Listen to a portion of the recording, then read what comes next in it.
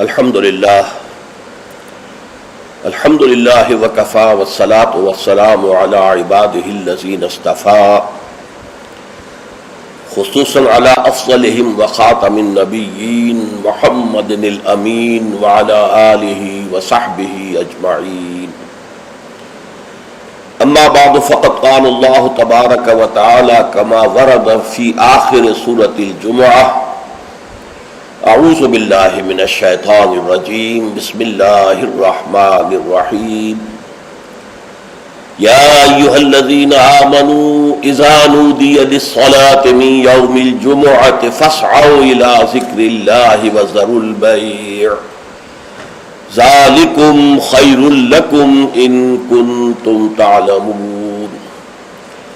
فَإِذَا قُضِيَتِ الصَّلَاةُ فَانتَشِرُوا فِي الْأَرْضِ وَابْتَغُوا مِنْ فَضْلِ اللَّهِ وَاذْكُرُوا اللَّهَ كَثِيرًا لَعَلَّكُمْ تُفْلِحُونَ. وَإِذَا رَأَوْا تِجَارَةً أَوْ لَهْوًا انفَضُّوا إِلَيْهَا وَتَرَكُوكَ قَائِمًا. قُلْ مَا عِندَ اللَّهِ خَيْرٌ مِّنَ اللَّهْوِ وَمِنَ التِّجَارَةِ وَاللَّهُ خَيْرُ الرَّازِقِينَ. صدق اللہ العظیم. رب اشرح لي صدری ویسر لي امری واحلل عقدۃ من لسانی یفقہوا قولی. اللہم ربنا الہمنا رشدنا واعصمنا من شرور انفسنا. اللہم ارنا الحق حقا وارزقنا اتباعہ وارنا الباطل باطلا وارزقنا اجتنابہ. آمین یا رب العالمین.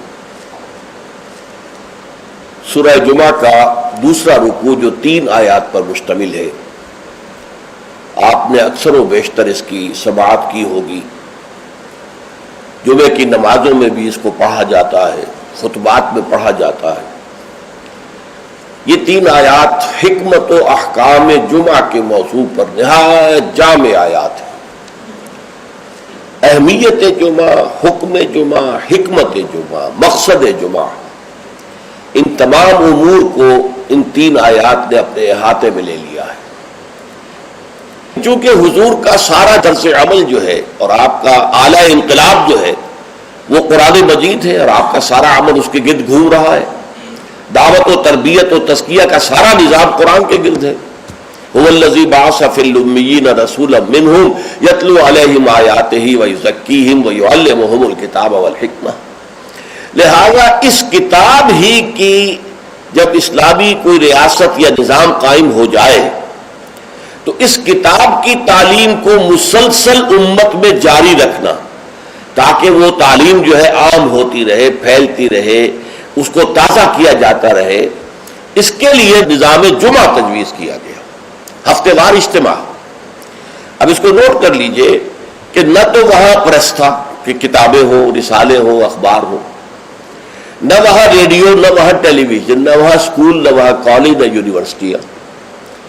تو تعلیم کا نظام کیا تھا؟ اچھا، تعلیم ایک تو ہوتی ہے بچوں کی تعلیم، اس کا تو بہت آسان کام ہوتا ہے. لیکن تعلیم بالغہ، انقلاب جو ہے وہ در حقیقت زیادہ تعلیم بالغہ پر زور دیتا ہے. ایک جو بھی انقلابی جو رہنما ہے، لیڈر ہے، وہ سب سے پہلے اپنے زمانے کے ایڈلٹس کو مخاطب کرتا ہے، ان کو تعلیم دیتا ہے، ان کے ذہنوں کا تزکیہ کرتا ہے، ان کے ذہنوں میں اپنا انقلابی فکر بٹھاتا ہے، جاگزی کرتا ہے. پھر ان میں سے جو موٹیویٹ ہو جاتے ہیں اور جو رسپونڈ کرتے ہیں ان کو جمع کرتا ہے، منظم کرتا ہے، طاقت بناتا ہے. بچوں کی تعلیم کا اس میں دخل نہیں ہوتا. وہ تو جب نظام بن جائے گا، اسلامی نظام آ جائے گا، تو پھر اس نظام کے تحت بالکل نیا نظام تعلیم ہوگا. بچوں کی تعلیم ابتدا سے اس طریقے پر ہوگی کہ اس سے ان کے اندر اسلام اور ایمان کے جو جذبات ہیں وہ پیدا ہو، جہاد فی سبیل اللہ کا ذوق و شوق پیدا ہو. لیکن یہ کہ سب سے پہلے جو انقلاب برپا کرنا ہے، تو بچے تو انقلاب نہیں لایا کرتے، انقلاب تو ایڈلٹس لاتے ہیں. تو ان ایڈلٹس کو مخاطب کرنا اور ان کی تعلیم، ان کا ذہن بنانا، ان کے اندر اس انقلابی فکر کو ان کے ذہنوں میں، دلوں میں اتار دینا، جاگزی کر دینا، یہ ہے وہ مقصد کہ جو نظام جمعہ کے ذریعے سے امت میں اس کو ایک دوام دے دیا گیا. جمعے کا ممبر جو ہے اسے ممبر رسول کہتے ہیں.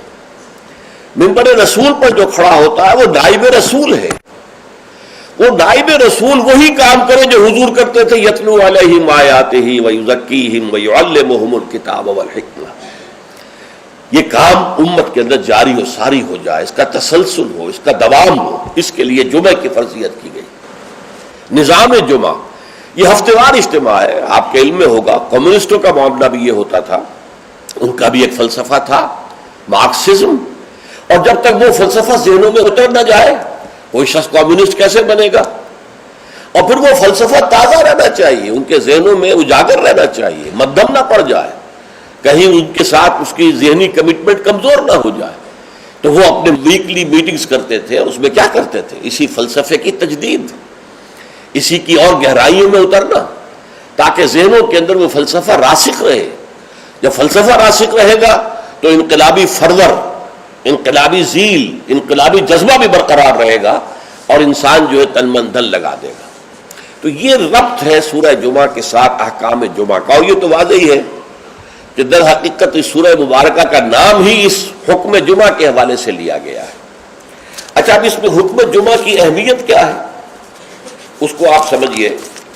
میں چند احادیث آپ کو سنا رہا ہوں. ترمذی شریف کی روایت ہے، من ترک الجمعۃ ثلاث مرات تہاونا طبع اللہ علی قلبہ، جس شخص نے 3 جمعے چھوڑ دیے کسل کی وجہ سے، یعنی کوئی اور عذر نہیں ہے، بیماری نہیں تھی، مسافر نہیں تھا، کوئی نہیں عذر، تہاونا، بس وہ اس کی اہمیت کو نہ سمجھتے ہوئے، اس کو کہتے ہیں ہون، جو آسانی سی بات ہو، بس کوئی اہمیت نہ ہو جس کی، تو تہاونا طبع اللہ علی قلبی، اللہ تعالیٰ اس کے دل پر مہر کر دے. اور یہ مہر کر دینا وہ بدترین سزا ہے جو بدترین کافروں کو دنیا میں دی جاتی ہے. ختم اللہ علی قلوبہم وطبع اللہ علی قلوبہم، یہ بدترین کافروں کی سزا ہے. جو مسلمان جمعے کی اہمیت کو نظر انداز کرتے ہوئے بغیر کسی عذر کے اگر وہ جمعہ چھوڑ دے گا 3 جمعے، تو اس کے دل پر مہر ہو جائے گی. من ترک ثلاث جمع تہاونا بہا طبع اللہ علی قلبہ، پہلی روایت ترمذی کی تھی، یہ ابو داؤد اور نسائی کی ہے.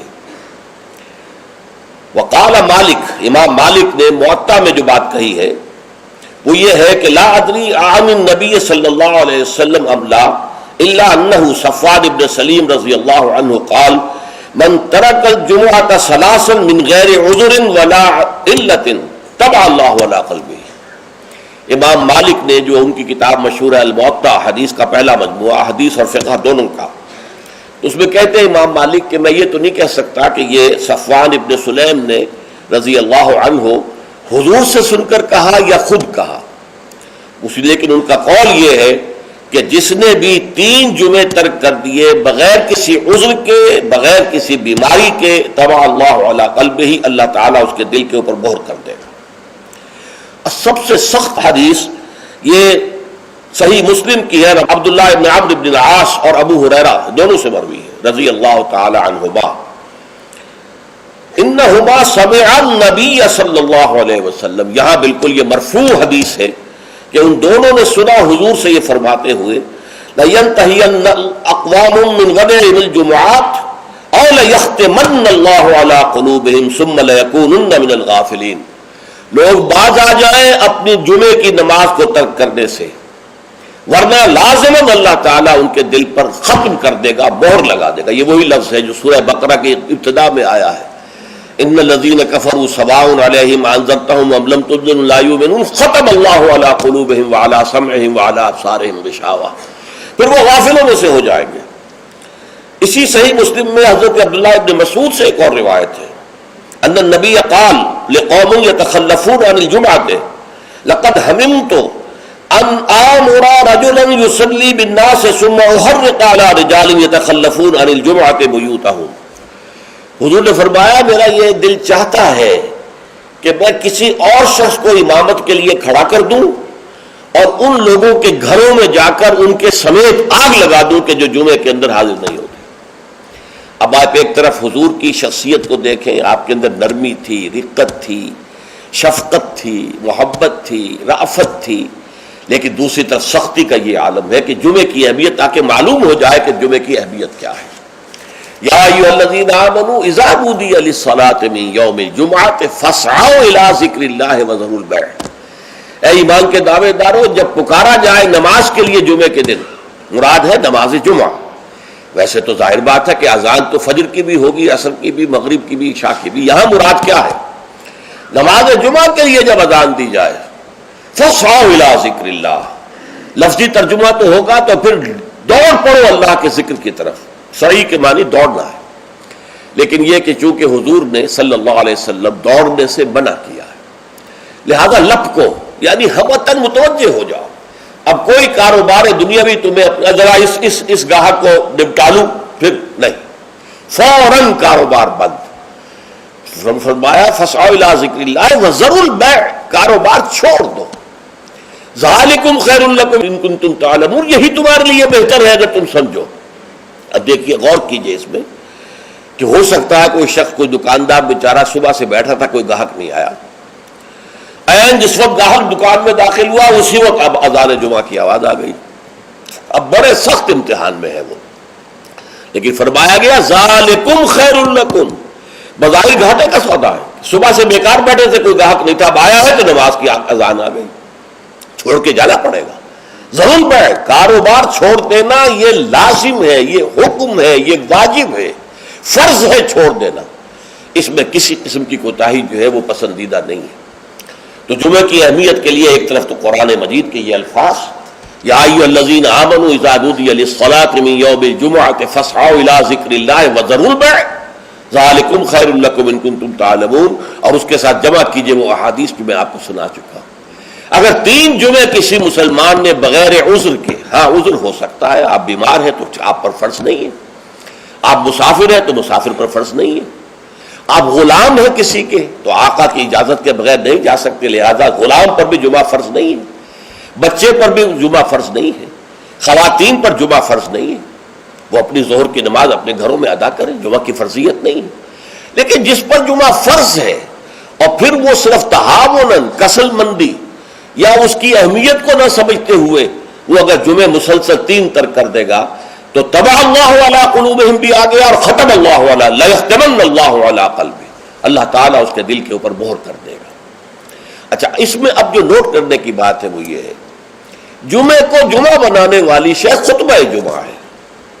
نماز تو ظہر کی نماز کا قائم مقام جمعہ ہے نا، ظہر کے 4 فرض ہیں اور جمعے کے 2 ہیں، تو نماز اصل شے نہیں ہے، اصل شے جو ہے خطبہ جمعہ ہے، جس نے کہ جمعے کو اہمیت دی ہے۔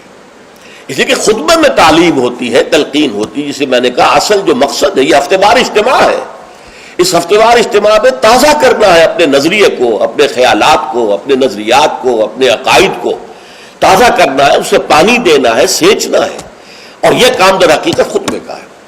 ویسے یہ کہ تاریخی اعتبار سے جان لیجئے کہ اسلام جو ہے، شروع سے اسلام ہے، حضرت آدم سے لے کر حضور تک اور آج تک اصل دین جو ہے وہ اسلام ہے، ان الدین عند اللہ الاسلام۔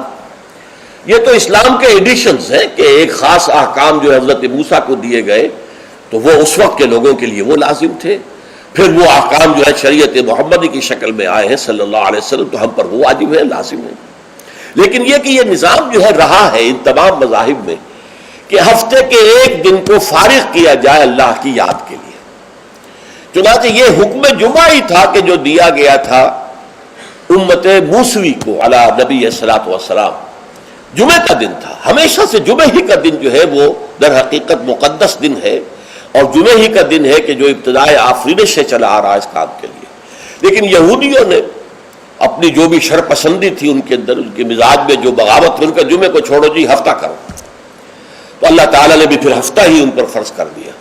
اور ان کے ہاں یہ ہفتہ اتنا سخت تھا، جمعے کی مغرب کی نماز کے بعد سے لے کر اگلے ہفتے کی مغرب تک 24 گھنٹے کوئی کاروبار دنیاوی مطلقاً حرام تھا۔ آج بھی امریکہ کے اندر جو لوگ رہتے ہیں، جو کہ پریکٹسنگ جیوز ہیں، جن کے وہ لمبے لمبے بال ہوتے ہیں، ادھر زلفیں ہوتی ہیں، اور انہوں نے لمبے لمبے کوٹ سے رنگ کے پہنے ہوتے ہیں، اور فیلٹ ہیٹ ہوتا ہے ان کا خاص طرز کا سیاہ رنگ کا، یہ جو پریکٹسنگ یہودی ہیں، آرتھوڈاکس یہودی ان کو کہتے ہیں، یہ جمعے کی شام سے اپنے ٹیلی فون کنیکشن بند کر دیتے ہیں، کوئی گفتگو نہیں، ان کے تمام دفاتر بند، گھروں پر بھی کوئی ٹیلی فون نہیں دیں گے، وہ سب بند، اور اس کے بعد ان کا پورا دن گزرتا ہے۔ لیکن وہاں فرق یہ ہے کہ وہاں کوئی جماعت کا اہتمام نہیں تھا، اپنے اپنے طور پر اللہ کو یاد کرو، تورات پڑھتے رہو، جو بھی ان کی ہر شکل تھی نماز کی اس میں وقت گزارو، دنیاوی کاروبار جو ہے وہ کوئی نہیں ہوگا۔ اس کے بعد عیسائیوں کا معاملہ آیا، انہوں نے بھی انہوں نے ایک اور آگے قدم بڑھایا اور ہفتے کو ترک کر کے اپنے آپ کو یہود سے ممیز کرنے کے لیے اتوار قرار دے لیا۔ اتوار کی صبح کو ان کا ایک خاص عبادت کا دن ہے، اور اس میں واقعہ یہ ہے کہ جو بھی کوئی پریکٹسنگ یا کوئی تھوڑا بہت مذہبی مزاج رکھنے والے عیسائی ہیں، وہ اتوار کے روز نہا دھو کر کپڑے بدل کر اچھے انداز میں اپنی فیملیز کے ساتھ بچوں کو ساتھ لے کر وہ چرچ جاتے ہیں، وہاں ان کی جو بھی نماز ہے وہ نماز پڑھتے ہیں، ان کا جو بھی پادری ہے وہ خطبہ دیتا ہے، سربند ہوتا ہے، تو یہ ان کے لیے اتوار کا دن تھا۔ اس کے بعد جب یہ دونوں تہذیبیں جمع ہو گئی، یہودی جو ہے انہوں نے گویا کہ غلبہ حاصل کر لیا عیسائیوں پر، تو اب انہوں نے ویکینڈ کر لیا، سیٹرڈے اور سنڈے بوتھ، تاکہ دونوں کے دونوں کور ہو جائیں، یہودیوں کا معاملہ بھی آ گیا، عیسائیوں کا بھی آ گیا۔ حضور صلی اللہ علیہ وسلم کی امت کے لیے دو کام کیے گئے، ایک تو گویا کہ منفی ہوگا، ایک مثبت ہوگا۔ منفی کام یہ کہ پورے دن جمعے کے کاروبار کو حرام نہیں کیا گیا، بلکہ حرام کاروبار ہے صرف اذان جمعہ سے لے کر جمعے کی نماز کے ادا ہو جانے تک، بس اس دوران میں کاروبار دنیاوی مطلقاً حرام، کوئی کاروبار، آپ جائز سے جائز کاروبار کر رہے ہیں، صحیح سے صحیح کاروبار کر رہے ہیں، لیکن وہ بھی حرام ہے اس وقت اگر آپ نے کیا ہے جبکہ جمعے کی اذان ہو چکی ہے اور جبکہ نماز ابھی ادا ہو رہی ہے، اس دوران حرام۔ لیکن باقی دن کے اندر حرمت نہیں رکھی ہے، البتہ میں ابھی آپ کو بتاؤں گا۔ تشویق یہ ہے کہ صبح سے لے کر جمعے تک کا وقت جو ہے یاد الہی میں بسر کیا جائے، تشویق اور ترغیب ہے، اس لیے کہ اگلی آیت میں ہم پڑھیں گے کہ جب جمعہ کی نماز ادا ہو چکے تو تم منتشر ہو سکتے ہو زمین میں اور جاؤ اور اپنے کاروبار میں لگ جاؤ۔ لیکن جمعہ سے قبل کے بارے میں کچھ نہیں کہا، نہ تو یہ کہا کہ کاروبار نہیں کر سکتے، نہ یہ کہا کہ کرو جاؤ تمہیں اجازت ہے، نہیں، وہاں سکوت اختیار کیا قرآن نے۔ فَإِذَا قُضِيَتِ الصَّلَاةُ فَانتَشِرُوا فِي الْأَرْضِ وَابْتَغُوا مِنْ فَضْلِ اللَّهِ، جب نماز ادا ہو چکے تو تم زمین میں منتشر ہو سکتے ہو۔ یہاں پر بھی اگرچہ وجوب کا لفظ آیا ہے کہ فَانتَشِرُوا، منتشر ہو جاؤ، لیکن یہاں جو ہے مانا ہے تمام علماء نے کہ یہ وجوب جو ہے یہ کسی شے کی فرضیت کے لیے نہیں ہے کہ لازماً جمعے کے بعد منتشر ہو جانا ضروری ہے، بلکہ استحباب ہے، جا سکتے ہو، اجازت ہے، مباح ہے۔ کاروبار کی حرمت کا معاملہ ختم ہو گیا جیسے ہی جمعے کی نماز ادا ہو چکی، اب آپ جائیں اپنے دفتر میں جائیں، اپنے کاروبار میں جائیں، اپنی دکان پر جائیں، کوئی اعتراض نہیں۔ لیکن یہ ہے کہ جہاں تک پہلے کا وقت ہے اس کے بارے میں کوئی بات نہیں آئی، یہ احادیث میں آئی ہے اور اسے تبکیر کہتے ہیں۔ پسندیدہ یہ ہے کہ جمعے کی صبح ہی سے انسان جو ہے وہ اس کام میں مصروف ہو جائے جو کام یہودیوں کے ہاں تھا پورے یوم سبت میں، اسے تبکیر کہتے ہیں۔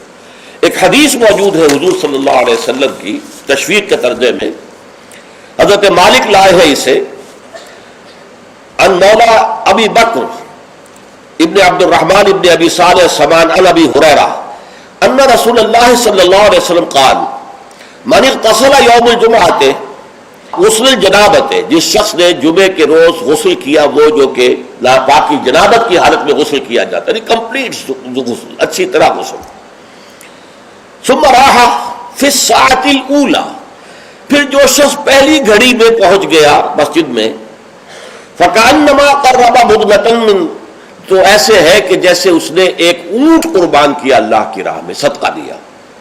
ومن راح فی الساعۃ الثانیۃ، جو دوسرے گھنٹے میں دوسری گھڑی میں گیا، فکأنما قرب بقرۃ، تو ایسے ہے جیسے کہ ایک گائے اس نے اللہ کی راہ میں صدقہ کر دی اور ذبح کر دی، خیرات کر دی۔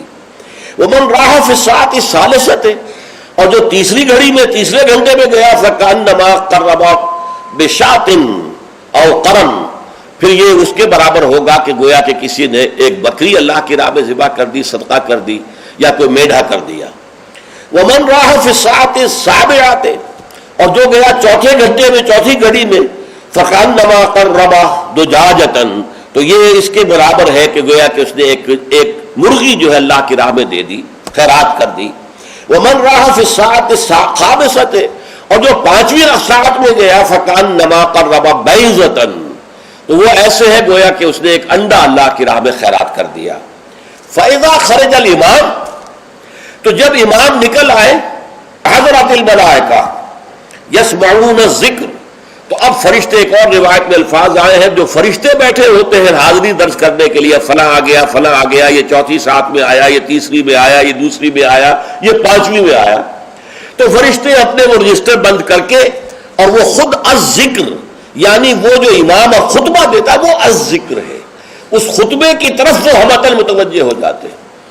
چنانچہ ایک تو یہ بات جان لیجئے کہ اس کے بارے میں امام الہند حضرت شاہ ولی اللہ دہلوی رحمۃ اللہ علیہ کی رائے ہے کہ اس سے مراد یہ نہیں ہے کہ فجر کی نماز کے بعد طلوع آفتاب کے بعد پہلا گھنٹہ، پھر اس کے بعد دوسرا، پھر اس کا تیسرا، پھر اس کا چوتھا، 5واں، بلکہ یہ زوال کے بعد سے خفیف ساعات ہے. یعنی زوال سے وقت شروع ہوا، سورج جو ہے وہ نصف النہار سے ذرا ڈھلکا لدنوک الشمس، تو اس کے ساتھ ہی جمعے کا وقت شروع ہو گیا.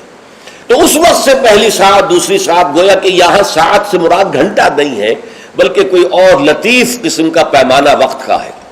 یہ شاہ ولی اللہ کی رائے ہے جو انہوں نے اپنی مصفہ میں بھی اور مصوہ میں بھی، شاہ ولی اللہ کے نزدیک بڑی اہم کتاب جو ہے حدیث کی وہ موطا ہے، انہوں نے اس کی ایک شرح فارسی میں لکھی ہے اور ایک شرح عربی میں لکھی ہے. تو ان دونوں میں انہوں نے یہ رائے ظاہر کی، لیکن بہت سے علماء کی رائے ہے کہ نہیں، جو ہمارا ساعات کا نظام ہے اسی پر اس کو شمار کیا جائے گا. لیکن اس پر بھی اجماع ہے کہ جو اس کے بعد بھی آتا ہے جمعہ تو اس کا بھی ہو جائے گا، جمعے کی فضیلت سے اسے کوئی حصہ نہیں ملے گا، جمعے کی برکات سے اسے کوئی حصہ نہیں ملے گا، جمعے کا جو خاص مقام اور مرتبہ ہے اس کی حیثیت سے وہ محروم رہے گا. لیکن جہاں تک فرضیت جمعہ ہے وہ اس فرضیت جمعہ جو ہے وہ اس کی طرف سے ادا ہو جائے گا. لیکن یہ منظر میں نے اپنی آنکھوں سے دیکھا ہے اپنے بچپن میں، اور وہ یہ سرسا ایک جگہ تھی، وہ تحصیل تھی ضلع حصار کی، وہاں میری بسم اللہ ہوئی، پھر وہ نورانی قاعدے سے ہماری تعلیم شروع ہوئی. تو جس مسجد میں یہ سارا کام ہو رہا تھا بڑے مرکزی مقام پر وہ مسجد تھی، کبھی کبھی اب بھی مجھے خواب میں وہ مسجد آتی ہے.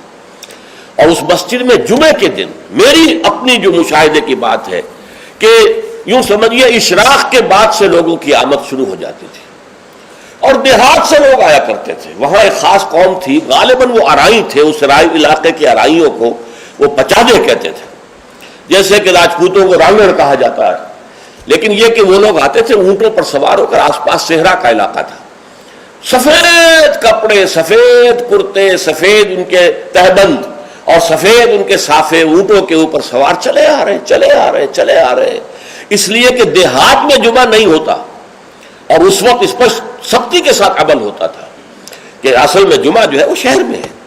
تو وہ آتے تھے اور مسجد جو ہے وہ صبح ہی سے بھر جاتی تھی. کہیں ایک جگہ کوئی شخص کھڑا واز کہہ رہا ہے، کچھ لوگ اس کے گرد جمع ہے، کہیں کوئی شخص بیٹھے ہوئے قرآن خود ہی پڑھ رہا ہے، کوئی نوافل پڑھ رہا ہے. یہ نقشہ میں نے اپنی آنکھ سے دیکھا ہے، بچپن کا یہ نقشہ. اب وہ معاملہ ختم ہو گیا، بالکل ختم ہو گیا. اب تو بھاگ دوڑ کر کے جو ہے وہ لوگ جمعے میں پہنچتے بھی اس وقت ہے جبکہ وہ عربی کا خطبہ شروع ہونے والا ہو، اس لیے کہ عام طور پر تقریروں کے اندر کوئی خاص مواد ہوتا نہیں ہے، یا فرقہ واریت کی تبلیغ ہو رہی ہوتی ہے، یا سیاسی مسائل کے اوپر دھواں دار تقریریں ہوتی ہیں، لوگوں کو ان سے دلچسپی نہیں. تو فرض ادا کرنے کے لیے بس وہ جب خطبے کی اذان کا وقت ہوتا ہے تو اس وقت وہ پہنچ جاتے ہیں، نماز ادا ہوئی اور روانہ ہو گئے. اللہ اللہ خیر صلی اللہ.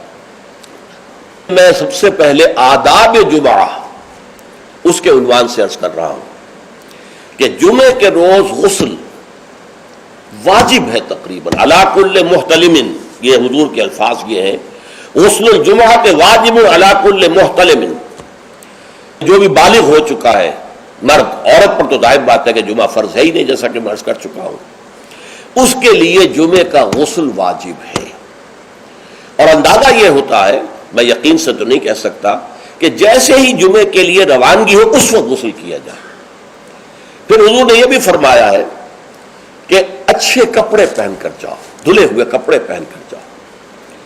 آپ نے فرمایا کہ کیا تم میں سے کسی شخص کے لیے یہ ممکن نہیں ہے کہ اپنے جو محنت کے کپڑے ہوتے ہیں، محنت یعنی جبکہ مشقت کرتا ہے، ایک لوہار بیٹھا ہوا ہے اور وہ بھٹی کے سامنے بیٹھ کر کام کر رہا ہے، پسینے آئیں گے اسے، کپڑوں میں بدبو ہو جائے گی پسینے کی، پھر اس کے اوپر سیاہ داغ پڑے ہوں گے، میلے ہوں گے. تو یہ اس کا لباس ہے محنت کا.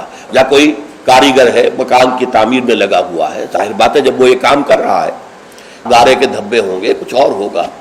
تو حضور نے فرمایا کیا ممکن نہیں ہے تم میں سے کسی کے لیے کہ ایک علیحدہ سے جوڑا جمعے کے لیے رکھ لو، وہ جمعے ہی کے صرف استعمال کیا کرو. وہ تمہارے محنت کے کپڑے نہ ہوں کہ جن میں تم محنت اور مشقت کرتے ہو، بلکہ وہ علیحدہ سے ایک جوڑا ہو، اس کو فراہم کر کے رکھ لو. پھر یہ بھی فرمایا گیا کہ تیل لگاؤ، بالوں کے اندر تیل لگاؤ، دہن. اور یہ بھی فرمایا گیا کہ کوئی خوشبو ہے تو خوشبو لگاؤ. وہ سب کس لیے کہ جو ماحول ہو جمعے کا وہ معطر ماحول ہو، ایسا نہ ہو کہ پسینوں کی بدبوؤں کی وجہ سے طبیعت منغص ہو رہی ہو لوگوں کی، نہیں، بلکہ یہ کہ بڑا خوشگوار ماحول ہو، خوشبو ہو اس کے اندر، اور یہ کہ کپڑے اچھے پہن کر لوگ بیٹھے ہوئے ہوں. بلکہ اسے کہا گیا الجمعۃ عید المسلمین، یہ ہفت روزہ عید ہے در حقیقت. یہ مسلمانوں کو عید کی طرح اسے جو ہے وہ منانا چاہیے، سیلیبریٹ کرنا چاہیے. جیسے عید کو آپ کپڑے جو ہے غسل کرتے ہیں، صبح کپڑے بدلتے ہیں، خوشبو لگاتے ہیں، پھر جاتے ہیں مسجد کو، عیدگاہ کو، ایسے ہی معاملہ ہونا چاہیے جمعے کا. یہ عید المسلمین ہے، یہ گویا کہ ہفتے وار عید ہے مسلمانوں کی. پھر اسی میں ایک آداب میں سے یہ ہے کہ جب تم مسجد میں جاؤ تو لوگوں کو پھلانگتے ہوئے اگلی صفوں میں نہ جاؤ، بلکہ عام جو ہے ہدایت ہے وہ یہ ہے کہ بھئی پہلے اپنی صف اگلی لوگ پوری کر لے، پھر دوسری میں بیٹھے، پھر تیسری میں بیٹھے، تاکہ لوگوں کو ضرورت ہی محسوس نہ ہو. جب وہ دیکھتے ہیں کہ اگلی صف میں جگہ خالی ہے تو پھر وہ لوگوں پہ پھلانگتے ہوئے جاتے ہیں. لیکن ہر صورت پھلانگتے ہوئے یا لوگوں کو علیحدہ کر کے پھر اپنے لیے جگہ بنانا، یہ جو ہے اس سے منع کیا گیا ہے. خاموشی سے جہاں جگہ تمہیں مل رہی ہے بیٹھ جاؤ. اور پھر اسی میں سے انصات ہے، خاموش رہو، گفتگو نہ ہو. یہاں تک کہ حضرت ابو ہریرہ سے یہ روایت ہے ترمذی اور نسائی اور دوسری کتابوں کے اندر، ان رسول اللہ صلی اللہ علیہ وسلم قال اذا قلت لصاحبك یوم الجمعۃ انصت والامام یخطب فقط لغوت. دو آدمی گفتگو کر رہے، آپ تیسرے آدمی ہیں، آپ سن رہے، آپ ان سے کہتے ہیں خاموش ہو جاؤ، تو تم نے بھی لغو کام کیا. انہیں منع کرنے کے لیے بولنا بھی پسندیدہ نہیں ہے، خاموش رہو، اشارے سے کہہ دو. لیکن تم نے اگر آواز نکالی جبکہ امام خطبہ دے رہا ہے، امام کے خطبے کی طرف ساری توجہ، اس جمعے کی ساری حیثیت جو ہے وہ اسی خطبے کی وجہ سے. لہذا اس میں آپس میں گفتگو کرنا، اس طرح کی چیزیں جو ہے وہ بالکل غلط ہیں، آداب جمعہ کے منافی ہیں. جس کی انتہا یہ ہے کہ اگر وہ آپس میں دو گفتگو کر رہے ہیں اور آپ انہیں روکنے کے لیے بھی زبان کھولیں، انصت، خاموش ہو جاؤ، تو یہ بھی فقط لغو تھا، تم نے بھی ایک لغو حرکت کی ہے. بلکہ اشارے کنایت سے کہہ دیا جائے کہ زبان نہ کھولی جائے. پھر اس میں حضور کیا کرتے تھے، خطبے میں کیا کرتے تھے؟ یہ روایت جو ہے مسلم شریف کی ہے، جابر بن سمرہ رضی اللہ تعالی عنہ فرماتے ہیں کانت للنبی خطبتان، حضور کے دو خطبے ہوتے تھے، یجلس بینہما، ان دونوں کے درمیان آپ ذرا تھوڑی دیر کے لیے بیٹھتے تھے، جیسے کہ آپ کو معلوم ہے تمام امام جو ہے وہ یہی کرتے ہیں آج. یقرأ القرآن اور یذکر الناس، اور جمعے میں کرتے کیا تھے؟ قرآن پڑھتے تھے اور لوگوں کو نصیحت کرتے تھے، یاد دہانی کرتے تھے. اب اس میں ایک بات تو سامنے آ گئی، دو خطبے ہوتے تھے. حالانکہ ہمیں معلوم ہے، تیقن کے ساتھ معلوم ہے، حضور لمبے خطبے کبھی نہیں دیتے تھے، لمبی تقریر کبھی نہیں کرتے تھے. آپ کی تقریر بالکل مختصر ہوتی تھی. یوں سمجھیے کہ جو ما قل و کفا خیر مما کثر و الہا، کم ہے لیکن وہ کفایت کر جائے. تو بڑی لمبی چوڑی تقریریں جو ہے اس کی اب اس میں فائدہ کیا تھا؟ عربی زبان قرآن کی، عربی زبان حضور کی، عربی زبان آپ کے سامعین کی. لہذا اب بات صرف یہ رہ گئی کہ از دل خیزت بر دل ریزت، دل سے نکلے دل پر اتر جائے. ہمارا مسئلہ مختلف ہے، ہم عربی نہیں جانتے، خطبہ عربی میں ہے. اب خطبہ تو سمجھ میں لوگوں کے کچھ آتا ہی نہیں، خطبہ کے ذریعے تو جو مقصد خطبہ ہے وہ حاصل نہیں ہوتا. لہذا وہ تقریر کرتے ہیں، پہلے وعظ کرتے ہیں، اس میں بھی آپ پہلے کچھ قرآن پڑھیں گے تو ترجمہ کریں گے، وضاحت کریں گے، تب ان لوگوں کی سمجھ آئے گا. لیکن حضور کا معاملہ کیا تھا؟ وہ یہ کہ کان للنبی صلی اللہ علیہ وسلم خطبتان یجلس بینہما. اچھا، اس سے میں یہ سمجھتا ہوں، واللہ عالم، میرا گمان ہے کہ اس سے در حقیقت اشارہ اس طرف ہے کہ یہ خطبہ در حقیقت 2 رکعتوں کے قائم مقام ہے. ظہر کی رکعتیں 4 اور جمعے کی رہ گئی 2 رکعتوں کے قائم مقام 2 خطبے. ورنہ نہ تو حضور معاذ اللہ اتنے کمزور تھے کہ چند منٹ کھڑے ہونے کے بعد آپ کو استراحت کی اور بیٹھنے کی اور آرام کرنے کی جو ہے ضرورت ہوتی، نہ آپ کے خطبے اتنے طویل ہی ہوتے تھے. لہٰذا یہ گویا کہ علامتی ہے، اس بات کے لیے ایک علامتی اہمیت رکھنے والی بات ہے کہ یہ دو خطبے در حقیقت 2 رکعت نماز کے قائم مقام. اب جیسے نماز میں آپ بات نہیں کر سکتے، اسی طریقے سے خطبے کے دوران بھی آپ بات نہیں کر سکتے. آپ کو خاموش رہنا ہے، مؤدب ہو کر پورے طریقے سے سننا ہے خطبہ. اس کے بعد فرمایا یقرأ القرآن ویذکر الناس، وہ قرآن پڑھتے تھے خطبے میں بھی. اب دیکھیے پڑھنے کے انداز کا فرق ہوتا ہے. ایک شخص قرآن پڑھ رہا ہے، ایک دوسرا شخص قرآن پڑھ رہا ہے، اس کی گہرائیوں میں اتر کر پڑھ رہا ہے. جہاں آواز بلند کرنے کی ضرورت ہے وہاں آواز بلند کرتا ہے، جہاں آواز پست کرنے کی ضرورت ہے وہاں آواز پست کرتا ہے. اس طریقے سے وہ قرآن مجید کے اندر سے صرف اس کے معنی ہی نہیں نکال رہا بلکہ اس کے احساسات کو بھی اجاگر کر رہا ہے. تو حضور جیسے پڑھتے ہوں گے اس کا خیر ہم تصور نہیں کر سکتے، لیکن یہ کہ یہ ضرور آتا ہے کہ حضور کا خطبہ جو ہے وہ ٹھنڈا ٹھنڈا نہیں ہوتا تھا، جذباتی ہوتا تھا. چنانچہ یہ حدیث موجود ہے عبداللہ سے، جابر ابن عبداللہ رضی اللہ تعالی عنہما سے، قال کان رسول اللہ صلی اللہ علیہ وسلم اذا خطب احمرت عیناہ وعلا صوتہ واشتد غضبہ حتی کانہ منذر جیش یقول سبحکم ومسعکم.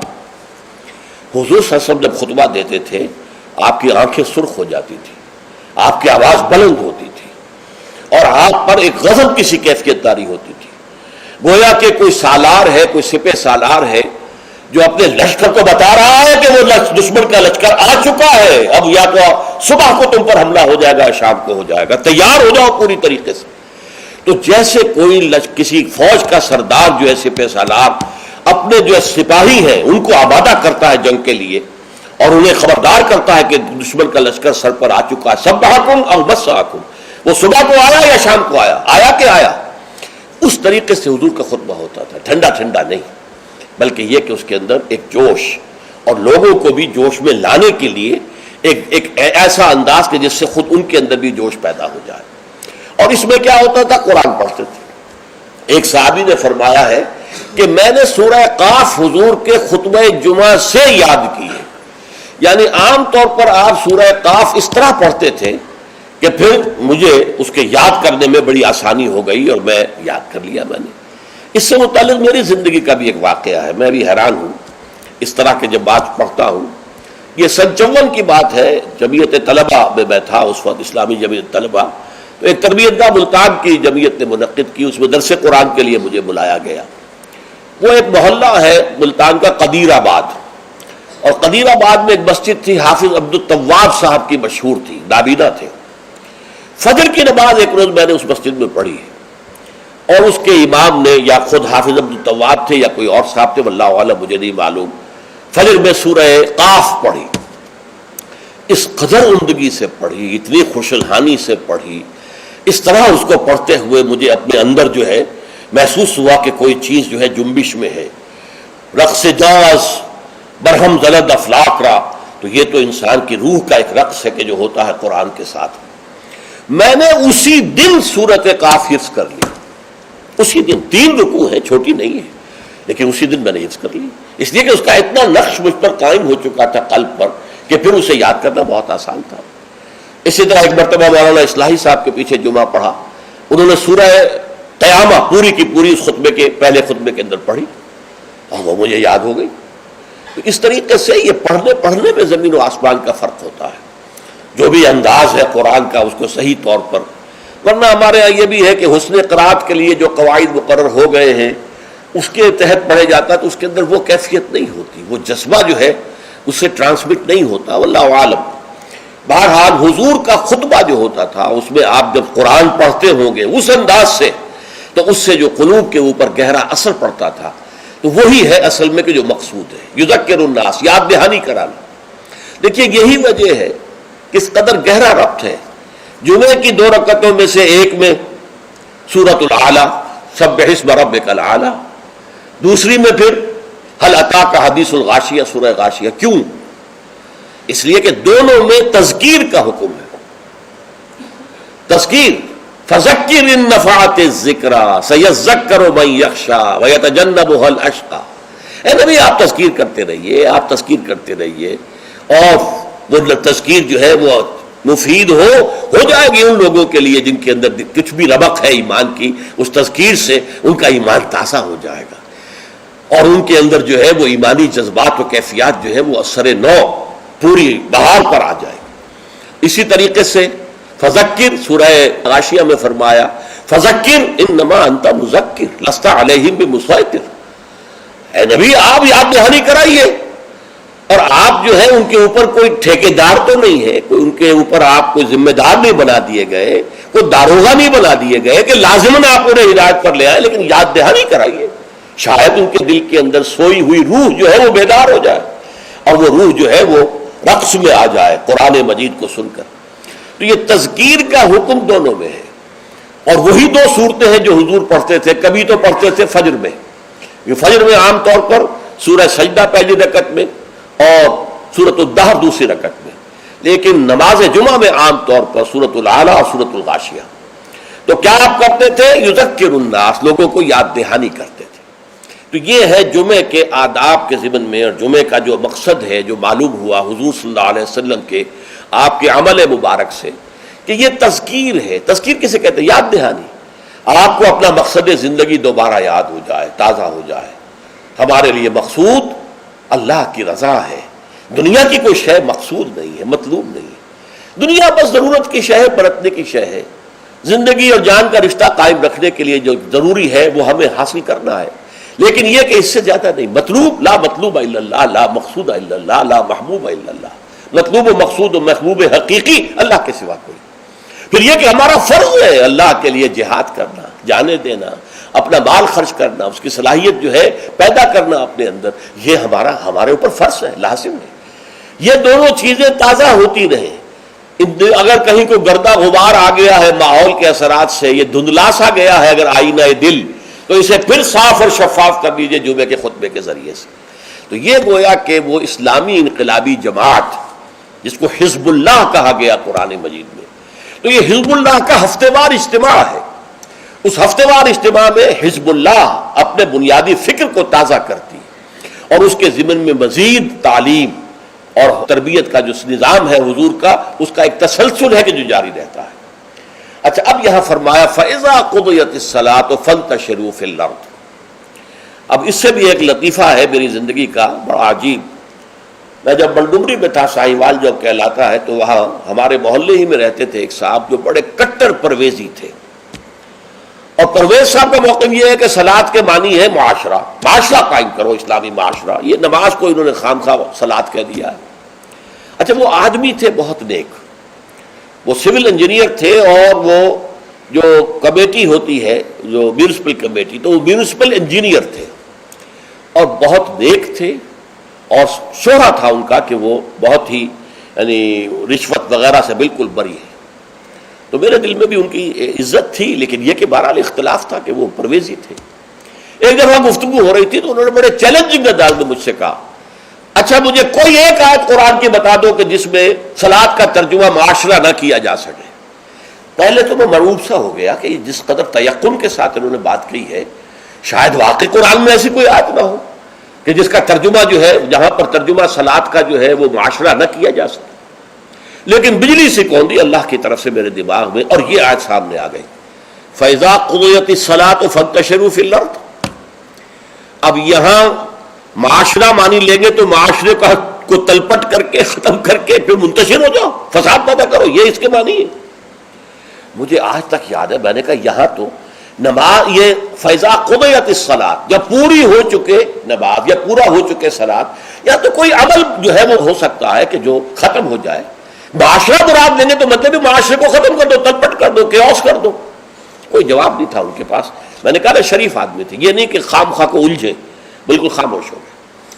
تو یہ ہے فَإِذَا قُضِيَتِ الصَّلَاةُ، جب نماز ادا ہو جائے، فَانتَشِرُوا فِي الْأَرْضِ، تو زمین میں منتشر ہو سکتے ہو، لازم نہیں ہے. بہت سے نیک مسلمانوں کو میں نے دیکھا ہے جمعے کے بعد سے عصر تک بیٹھے رہتے ہیں مسجد کے اندر اللہ کی یاد میں. تو یہ نہیں ہے کہ حکم ہے وہ حکم کی خلاف ورزی کر رہے، نہیں.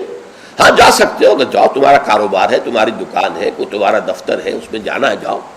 فانتشروا فی الارض وابتغوا من فضل اللہ، اللہ کا فضل تلاش کرو. اب یہاں یہ بہت اہم مقام ہے کہ مراد ہے رزق، لیکن رزق کو اللہ کا فضل قرار دیا جا رہا ہے. اس کو سمجھ لیجئے، یہ اسلام کا جو معاشی فلسفہ ہے، اس کے جو فلسفیانہ اصول ہیں، ان میں سے ایک اصول یہ ہے کہ چاہے محنت تم نے کی ہے، کھیت میں ہل تم نے چلایا ہے، بیج تم نے ڈالا ہے، اس کو سینچا تم نے ہے، پھر فصل جو ہے اس کی حفاظت تم نے کی ہے، پھر فصل کاٹی ہے، پھر تم دانے گھر لائے ہو، پھر ان کو پیسا ہے، پھر ان کی روٹی پکائی ہے، یہ سب کچھ تم نے کیا، لیکن اسے اللہ کا فضل سمجھو، اپنا کسب نہ سمجھو. کسب جو ہے وہ نیکی اور بدی کے لیے ہے. انسان نیکی کما رہا ہے، یہ اس کی کمائی ہے، بدی کما رہا ہے، یہ اس کی کمائی ہے. جہاں تک رزق کا تعلق ہے، یہ اللہ کا فضل ہے. اور فضل اسے کہتے ہیں جو بلا استحقاق دیا جائے، جس کا تقاضا نہ کیا جا سکے. جس کی مثال سادہ سی میں دیا کرتا ہوں کہ آپ نے کسی مزدور کو رکھا ہے، 8 گھنٹے اس نے کام کرنا ہے، آپ نے فرض کیجئے 100 روپے مقرر کیے ہیں اس کی مزدوری. دن بھر آپ نے دیکھا کہ ایک مزدور بڑی محنت سے کام کرتا، دل لگا کے کام کیا اس نے، چاہے کوئی دیکھ رہا ہو چاہے نہ دیکھ رہا ہو. ایک تو ہوتے ہیں وہ کوئی دیکھ رہا ہے تو کام میں لگ گئے، کوئی نہیں دیکھ رہا ہے تو بیٹھ گئے. نہیں، اس نے بڑی جی لگا کے کام کیا ہے. تو شام کو آپ اسے 100 روپے بھی دیتے ہیں، 10 روپے اور دیتے ہیں. یہ 10 روپے فضل ہے، یہ وہ ڈیمانڈ نہیں کر سکتا. ڈیمانڈ تو 100 کر سکتا تھا، 100 طے ہوئے تھے، لیکن آپ نے اپنی طرف سے بغیر اس کے کسی قانونی استحقاق کے 10 روپے اسے دے دیے. یہ فضل ہے. اسی طریقے سے رزق جو بھی انسان کو ملتا ہے وہ فضل ہے اللہ کا، اسے اپنا کسب نہ سمجھو. جب تم سمجھو گے یہ اللہ کا فضل ہے تو پھر دیکھو گے اللہ اس کو کس طور سے خرچ کرنا چاہتا ہے، کروانا چاہتا ہے مجھ سے، کس کس کے حقوق اللہ نے اس میں رکھے. تو فَابْتَغُوا مِن فَضْلِ اللَّهِ وَاذْكُرُوا اللَّهَ كَثِيرًا، لیکن اس میں بھی اللہ کو کثرت کے ساتھ یاد کرو. یہ نہ ہو کہ مسجد میں تو اللہ کا ذکر ہوا، باہر نکل گیا تو بھول گئے. نہیں، بلکہ یہ کہ جو کام کر رہے ہو اس میں کام میں تمہارے ہاتھ مصروف ہو اور دل تمہارا جو ہے وہ اللہ کے ساتھ لگا ہوا ہو. جسے آپ کہتے ہیں پنجابی میں ہتھ کارول دل یارول. یہ ہے ذکر کثیر. اور ذکر کثیر کا سب سے بڑا ذریعہ کیا ہے کہ جو مسنون دعائیں ہیں حضور صلی اللہ علیہ وسلم سے، رات کو سونے لگے ہیں تو دعا ہے، صبح اٹھے ہیں تو دعا ہے، بیت الخلاء میں داخل ہو رہے ہیں تو دعا ہے، باہر نکلے ہیں تو دعا ہے. ظاہر بات ہے کوئی ایکسٹرا ٹائم تو آپ کا نہیں لگ رہا، وہ کام کر رہے ہیں آپ، لیکن ہر کام کے کرتے. شیشہ دیکھا ہے، آئینہ دعا ہے، کپڑے بدلے ہیں دعا ہے، گھر سے نکلے ہیں مسجد کے لیے دعا ہے، مسجد میں داخل ہوئے تو دعا ہے، مسجد کے اندر تو ذکر ہے ہی ہے سارا، باہر نکلے ہیں تو دعا ہے، بازار میں داخل ہو رہے ہیں تو دعا ہے، بازار سے واپس آ رہے ہیں تو دعا، ہر کام کے لیے دعا ہے. یہ دعا جو ہے یہ ذکر کثیر کا سب سے بڑا طریقہ ہے، ذریعہ ہے. اور اس کے اندر دوہری ہے بات کہ ایک تو آپ کا اللہ سے تعلق قائم ہو گیا کہ آپ نے دعا اللہ سے کی ہے، ایک آپ کا تعلق حضور کے ساتھ قائم ہو گیا کہ آپ نے الفاظ وہ استعمال کیے جو حضور کے الفاظ ہیں. تو گویا کہ دو نسبتیں تازہ ہو گئیں جب بھی آپ نے ایک مسنون دعا پڑھی ہے. تو دعا ادعیاء مسنونہ جو ہے در حقیقت وہ دوام ذکر کا سب سے بڑا ذریعہ ہے. اس کے لیے علیحدہ سے وقت نکال کر کوئی آسن بنا کر اور کوئی ضربے لگا کر اس کی ضرورت نہیں، بلکہ ہر کام کرتے ہوئے تو زندگی کے ہر کام کے ساتھ دعا ہے، اور وہ دعا مسنون جو حضور سے ثابت ہے. لہذا دو نسبتیں جو ہیں جس کو آپ کہتے ہیں ایک تیر میں دو شکار، اللہ سے دعا ہو گئی، اللہ سے تعلق قائم ہو گیا، اور الفاظ آپ نے وہ استعمال کیے جو محمد الرسول اللہ سے منقول ہے صلی اللہ علیہ وسلم، آپ کا تعلق حضور کے ساتھ قائم ہو گیا. وَاذْكُرُوا اللَّهَ كَثِيرًا لَعَلَّكُمْ تُفْلِحُونَ، تاکہ تم فلاح پاؤ. اب جو تیسری اور آخری آیت ہے وہ ایک خاص واقعے سے متعلق ہے. وَإِذَا رَأَوْا تِجَارَةً أَوْ لَهْوًا انفَضُّوا إِلَيْهَا. اے نبی ان لوگوں کا حال یہ ہے، ان لوگوں سے کیا مراد ہے اب یہاں معین نہیں ہے، لیکن کچھ لوگ جو بہرحال مسجد میں نماز جمعہ ادا کر رہے تھے، اِذَا رَأَوْا تِجَارَةً جب انہوں نے دیکھی کوئی تجارت، کوئی کاروبار، اور لہون یا کوئی کھیل تماشا، کہیں سے کسی مداری کی ڈگڈگی کی آواز آ گئی، تو اب یہ ہے کہ یہ آپ کو چھوڑ کے یہ ادھر متوجہ ہو گئے. انفضوا الیہا وترکوک قائما، اور آپ کو کھڑے ہوئے چھوڑ گئے. قل ما عند اللہ خیر من اللہو ومن التجارہ. بڑی شدید جو اس پر سرزنش آئی، ان سے کہہ دیجئے جو اللہ کے پاس ہے وہ تجارت سے بھی اور یہ دل لگی کے کاموں سے اور یہ تفریح کے کاموں سے سب سے بڑھ کر قیمتی شے ہے، اور اللہ تعالیٰ جو ہے وہ رزق دینے والا ہے۔ تو اس کا در حقیقت یوں سمجھ لیجئے کہ ایک تو عام طور پر یہ کہا گیا ہے کہ ابتداء میں جمعہ کا خطبہ بھی نماز کے بعد ہوتا تھا، جیسے عیدین کا جمعہ بھی آج کل ہوتا ہے۔ عیدین میں آپ کو معلوم ہے 2 رکعت نماز کے بعد جو ہے وہ خطبہ ہوتا ہے۔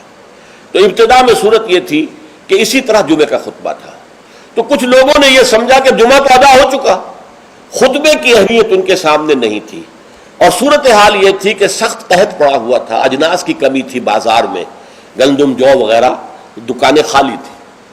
اسی اثنا میں گھنٹیاں سی بجنے لگیں، اونٹ چلے آ رہے ہیں، معلوم ہوا کوئی قافلہ آ گیا ہے اجناس لے کر، شام سے گندم لے کر یا جو لے کر یا اور چیزیں لے کر کھانے پینے کی۔ تو ہم لوگوں کو فکر ہوئی جیسے کہ ہمیں ہو جاتی ہے، جلدی جائیں، پتہ نہیں سب لوگ خرید لیں اور ہم رہ جائیں، جو بھی مال آیا ہے، جو بھی اجناس آئی ہیں وہ ختم ہو جائے، ہم رہ جائیں۔ تو اس خوف سے لوگ جو ہیں حضور کو کھڑا ہوا، جبکہ ابھی آپ خطبہ دے رہے تھے، اور اگر واقعتاً وہ بات صحیح ہے کہ نماز ادا ہو چکی تھی تو خطبہ جو ہے وہ بات کی انہوں نے اضافی شے سمجھی، اس کی کوئی اہمیت نہ سمجھی، وہ چلے گئے۔ تو میں اسی روایت کو زیادہ صحیح سمجھتا ہوں کہ جمعہ جو ہے وہ ابتداء کے اندر جمعے کا خطبہ بھی نماز کے بعد ہوتا تھا، تو لوگ چلے گئے۔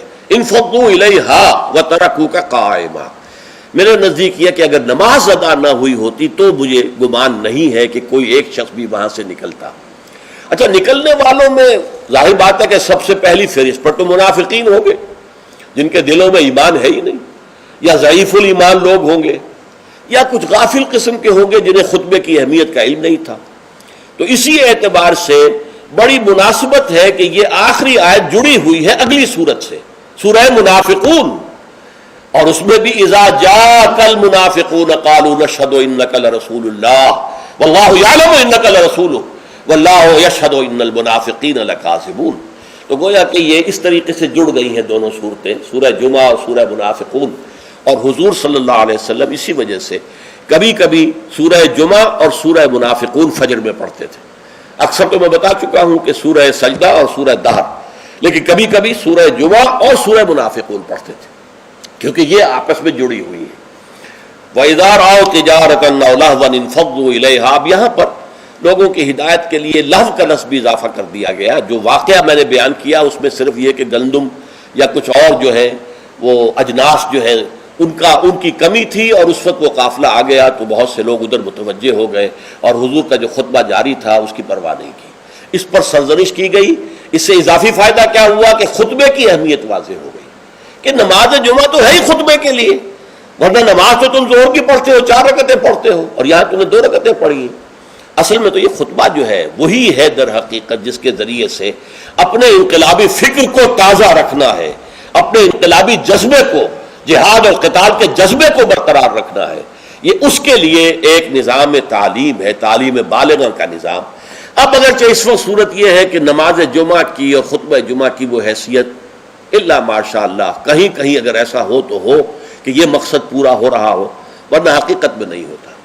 یا فرقے واریت کی بحثیں ہوتی ہیں، ایک دوسرے پر کفر کے فتوے لگتے ہیں، اور یا یہ کہ کچھ سیاسی مزاج کے جو ہے وہ سیاست پر گفتگو کرتے ہیں، تو یہ نہیں ہے۔ لیکن پھر بھی کھنڈر بتا رہے ہیں عمارت عظیم تھی۔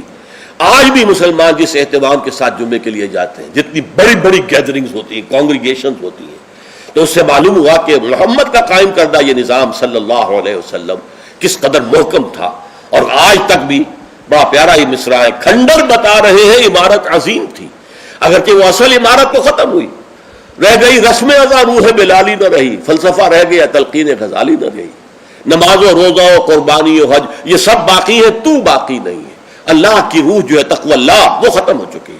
لیکن یہ ہے کہ پھر بھی یہ کھنڈر جو ہے یہ بھی بتا رہے ہیں کہ عمارت جب تھی قائم تو کتنی عظیم ہوگی، جبکہ اس کے ڈھانچے کے اندر اس کی روح بھی تھی، تذکیر، یاد دہانی، اسلام کے انقلابی جذبات کو تازہ کرنا، اپنے انقلابی فکر توحید کو تازہ کرنا۔ تو یہ گویا کہ حزب اللہ کا ہفتے وار اجتماع تھا۔ بارک اللہ لی ولکم فی القرآن العظیم ونفعنی وإیاکم بالآیات والذکر الحکیم۔